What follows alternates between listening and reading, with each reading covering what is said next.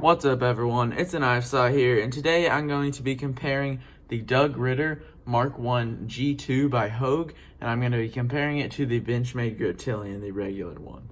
So if I would do more of a traditional Battle of the Blades, because as you can see, these knives are very similar if you don't know the backstory and these are your first impressions. But anyway, I'm not doing a dedicated Battle of the Blades video, because just plain and simple, the Hogue Ritter is just better in every way, and I will refer to this knife as the Hogue Ritter just because I don't feel like saying the entire name. But the backstory on these knives, if you are confused on how everything started, Benchmade had a knife that was called the Ritter grip, or people called it the Ritter grip, and that knife pretty much died in 2016. Benchmade stopped making it, and so Doug Ritter was kind of left in the dust, and so he moved on to a different company. And the reason that the Ritter grip died from Benchmade was that Benchmade introduced a new premium variant of the Griptilian, and so it just kind of got pushed away. But anyway, Doug Ritter moved on to Hogue, and he made the RSK Mark 1 G2. And so, just a quick updated price list on Blade HQ. This Griptilian is $123, and on knifeworks.com, which is the only place you can get the Hogue Ritter, it is about $160. And just a basic review of the anatomy of both these knives. This specific model of the Griptilian has the coated blade, which is a sheep's foot. This is a full size, by the way. Coated blade with a sheep's foot and a thumb hole, and is rocking S30V steel. It's got plastic handles, the axis lock feature. It's a two-way reversible tip-up pocket clip, and like all Benchmades, this one was made in the USA.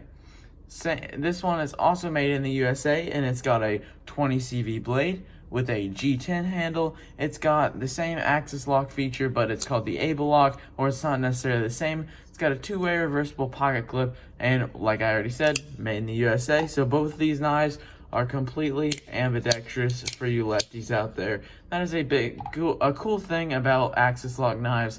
A lot of them are compatible for both left-handed and right-handed people. But anyway, let's get into the overall breakdown on how these knives differ from each other. Basically, how the Ritter, or the Hogue Ritter, is better than the Griptilian. So this video, the purpose of it was kind of to show you, let's say you have a Griptilian and you might want to upgrade, but you don't know if you should. Hopefully by the end of this video, you'll know what you want to do with your hard-earned money. So anyway, the looks of this knife, it's kind of weird to compare them because there are so many different variations of the Griptilian. There are also multiple variations of this, but just talking about mine, I think that the stonewash that Hogue does is one of the best things ever. It looks a lot like the Spyderco Tai Chung stonewash, the things you'd see on the Sleesh buoy or the new swayback that they're coming out. But anyway, I think the stonewash looks really nice. It's really clean, and I just really like it. It's one of my favorites. It also kind of looks like the Sabenza stonewash. I'm actually carrying mine today, so I'll do a quick comparison of them. There's the Sabenza stonewash, and here's this one. It's also very similar, and I really like the way the stonewash looks. I think it looks great. No real complaints about how the Benchmade Griptilian looks. I like the all black. I probably wouldn't go with the all black if I had to go for it again, but no real complaints about that. The design of these, so you know, both Hogue Ritter, or not, this one isn't really Hogue Ritter Mel Pardew design. They just kind of switched it up when they were moving on the lines. I'm not totally for sure on the whole details of that, so if you guys have any more information, please leave that in the comments. I'd like to read that. But anyway, onto the fit and finish, and this is where these knives can really differ. So a lot of people have owned a lot of Benchmades, just plain and simple. I'm not the biggest fan. I own the Benchmade 51 and this Benchmade Griptilian. Those are the only two I've ever owned, and so yeah, that's what I'm doing. So both of these knives are centered. The Hogue Ritter is especially centered. If you want to complain, this one is ever so slightly to the left, but it is still pretty good. And the Hogue Ritter, this fit and finish, there are pretty much just no issues at all. All this G10 is nicely knocked down, no sharp corners, except of course the blade, and it's just a really nice finished knife. But for the Griptilian, it is also very good. But if I had to make some complaints, there is a hint of blade play right now, which this is my second take of recording this video, and on the first take, I tightened up the pivot to show you guys that the pivot would loosen up over time, and it's already loosened up just from like probably 15 minutes of videoing this and actually flipping the knife. And so the pivot loosens up super fast. I just guess the threads aren't that high of quality on it, and the screws aren't really the nicest thing in the world. And so I have Loctited this pivot. I've tried almost everything. I've not tried red Loctite because I choose not to own any, because I don't want to deal with that stuff. But just the blue Loctite right here, the Loctite stick that I use on everything, I just can't get this pivot to stay still. And I don't even know if I'm going to keep trying, just because it's not really working. But also, if I had to complain a little bit, the inside of this plastic or grivery could have been knocked down a little bit more.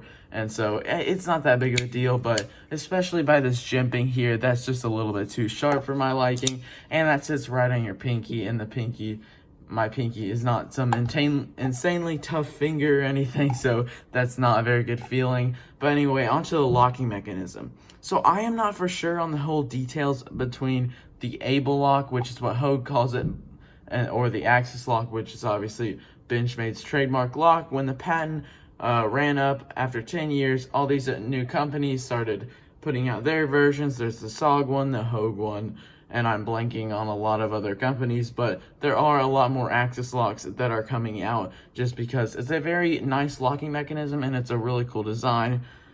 But anyway, I think that the Hogue uses a little bit more reinforced of springs. If you guys don't know already, Benchmade uses Omega springs inside of this, and they tend to break more frequently than a lot of other locking mechanisms. I have never heard of any Hogue Ritters breaking, and I'm pretty sure they use more reinforced springs for, I don't know if they use Omega springs or reinforced Omega springs. I'm not really sure of the whole details because I haven't taken this knife apart. But anyway, I feel like that this is a little bit of a longer lasting locking mechanism than the one on the Benchmade.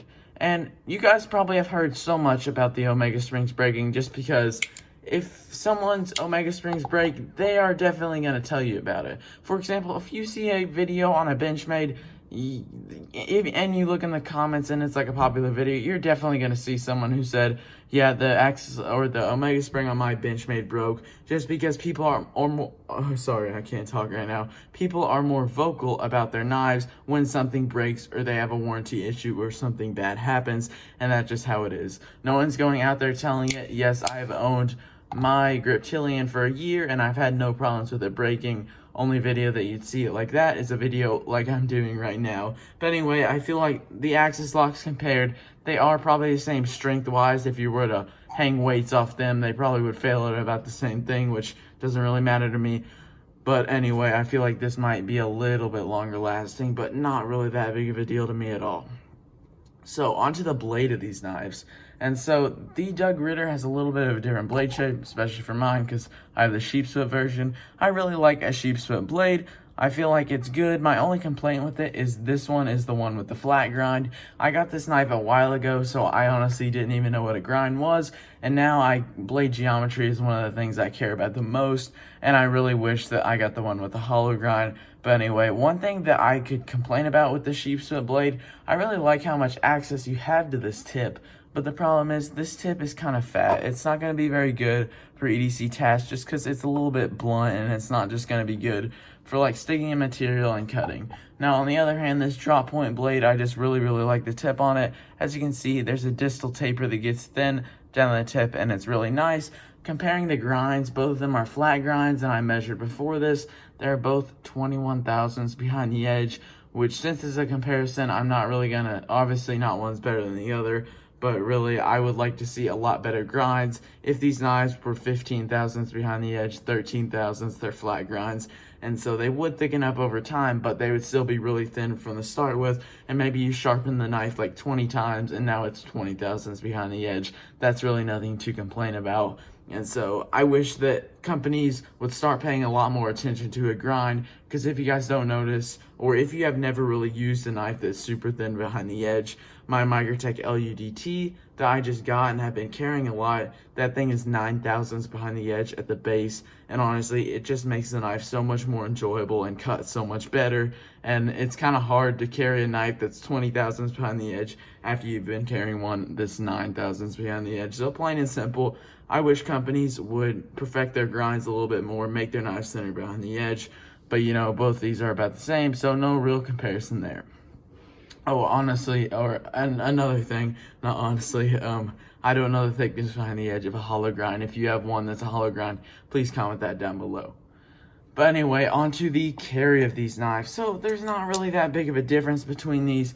Yes, the Hogue Ritter comes with a deep carry pocket clip, while the Benchmade Griptilian doesn't. And it's just like, I've grown, or I feel like the more I've carried knives, the less I've really cared about if a knife is deep carry or not, but they carry very, very similar in the pocket. The Hogue Ritter favors the lanyard hole over the pocket clip, and the Griptilian favors the pocket clip over the lanyard hole. So if you are more into lanyards, you would like this more.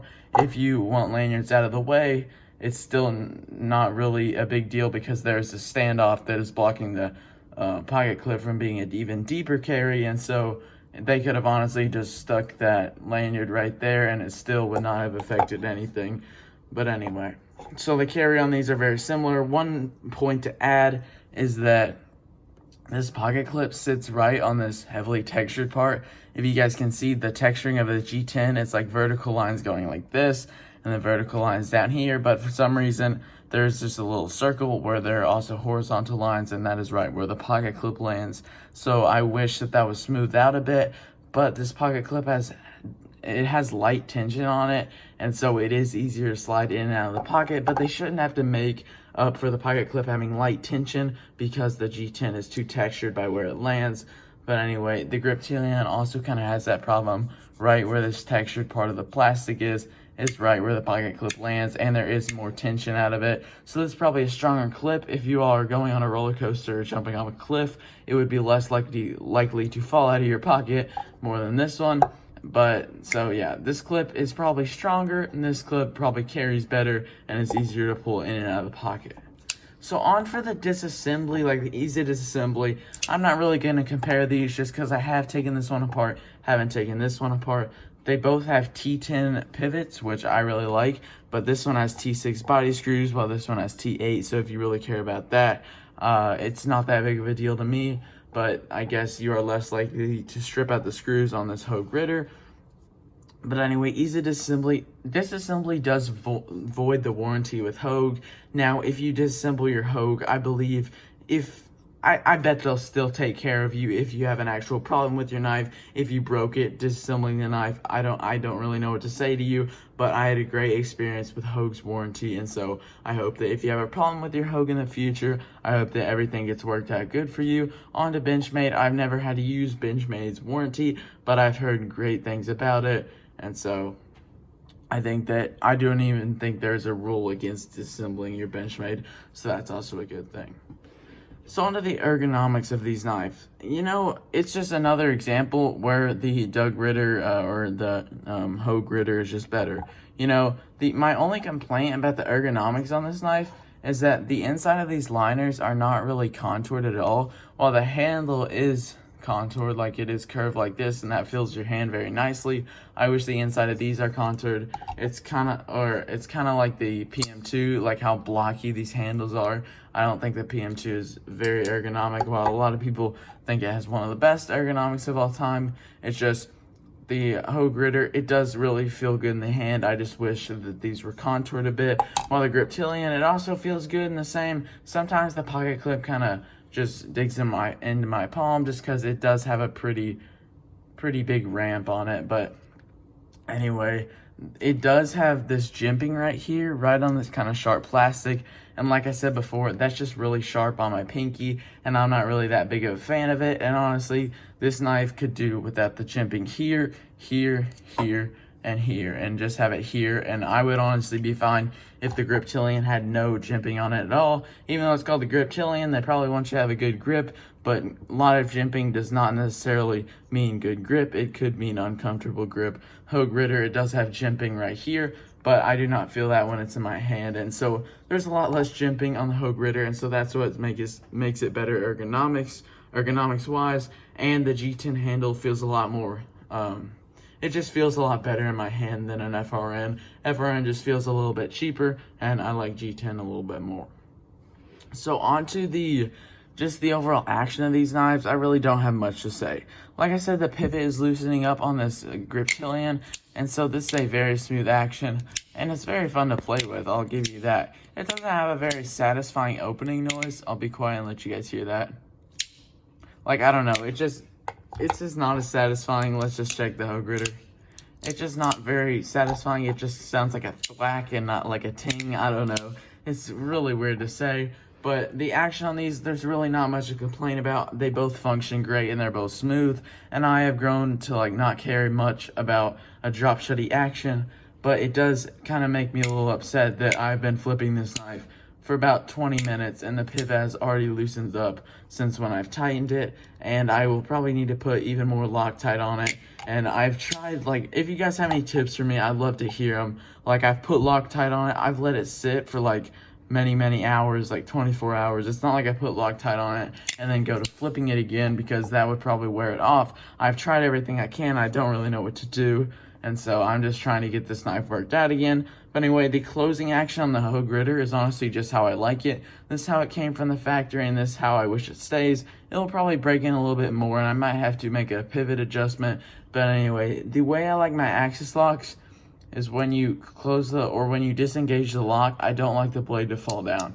Because if that happens, I just feel like the blade is just falling down and it's gonna chop one of my fingers off. And even though it's probably not, because my hand is out of the way, I just don't like a blade that I have no control over. But when I flick my wrist, I know that blade is coming down, and so I'm ready for it. The Griptilian, it just, especially when the pivot loosens up, it just shoots straight down on you. And so just be careful on that. I really prefer a smooth action over a drop shutty action, and what's made me like that even more is one, carrying automatics. I got a ProTech SBR and Microtech LUDT, and so carrying automatics, I've honestly not cared about drop shut action because there isn't a drop shut action. And as a Benza, I just really like a hydraulic action, and I just think it's very careful, it's very smooth, and it's not very fun to play with, but it's just very useful and functional.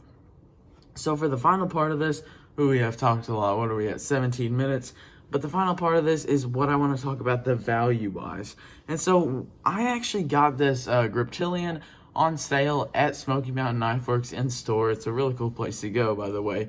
But they were having a huge Benchmade sale, and I believe I got this for 60 bucks. And that's when the prices were obviously lower, because I think Benchmade has upped their prices just a tiny bit, especially, or I know they did on this Griptilian, but that's like half off what it is now. So I just want to let you guys know I would not have paid $123 for that knife when it's at the store.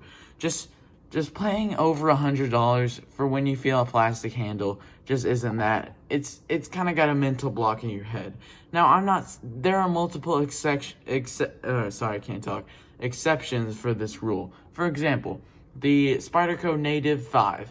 I have kind of been looking at to get one. A lot of people say it's their favorite Spyderco knife. The base model of that is, I think, like 80 bucks. And so that is well under $100. But the Maximet variant is about $180. And so I would like to get the Maximet variant. And you guys might call me a hypocrite because you said, oh, you wouldn't pay for plastic unless it's under $100. It's not just that. It's just this plastic is really, really plasticky.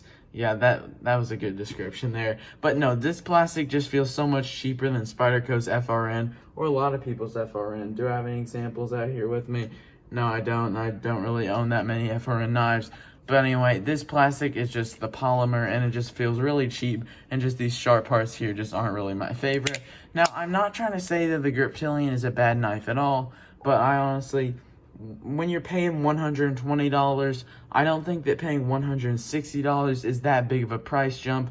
Now, $40 could be a lot. The difference from $40 to $80 seems a lot more than $120 to $60. You guys know what I'm saying. And the price increase kind of diminishes a little bit, like how hard it is to buy something when you go up more in price. For example, if you're buying a knife that's $400, but then you like a better model that's $450, that's not going to be that much of a problem for you. And so I really think that the Hogue Ritter is a much better value. It's got 20 CV steel G10 handles, while this has S30V steel and plastic handles. And I think that just that alone goes to say that this knife is worth $40 more, in my opinion. And it's just got a lot better fit and finish issues. I trust Hogue a lot more than I trust Benchmade, to be totally honest, just because Hogue is a smaller company. Smaller companies usually have better customer service. They usually put more quality into their product, and that's just how businesses work, honestly. So, wow, I'm at the 20-minute mark about now. That video has gone on for a very long time, but I just appreciate you guys listening to this video if you still are. And we are actually kind of closing in on 500 subscribers. We are at about 425, 430, that range last time I checked this. So if you don't mind, drop a sub, and so we can get to that 500 subscriber mark. Some of the knives I am giving away. There is this one, which is a free tiger knife. There's also Kaiser Mini Sheepdog, and I'm still deciding on another knife to give away. I might just give away 2. I'm not really completely sure about that. So thank you guys for watching. Drop a sub if you don't mind, so we can hit 500 subscribers, and I will see you guys in the next one.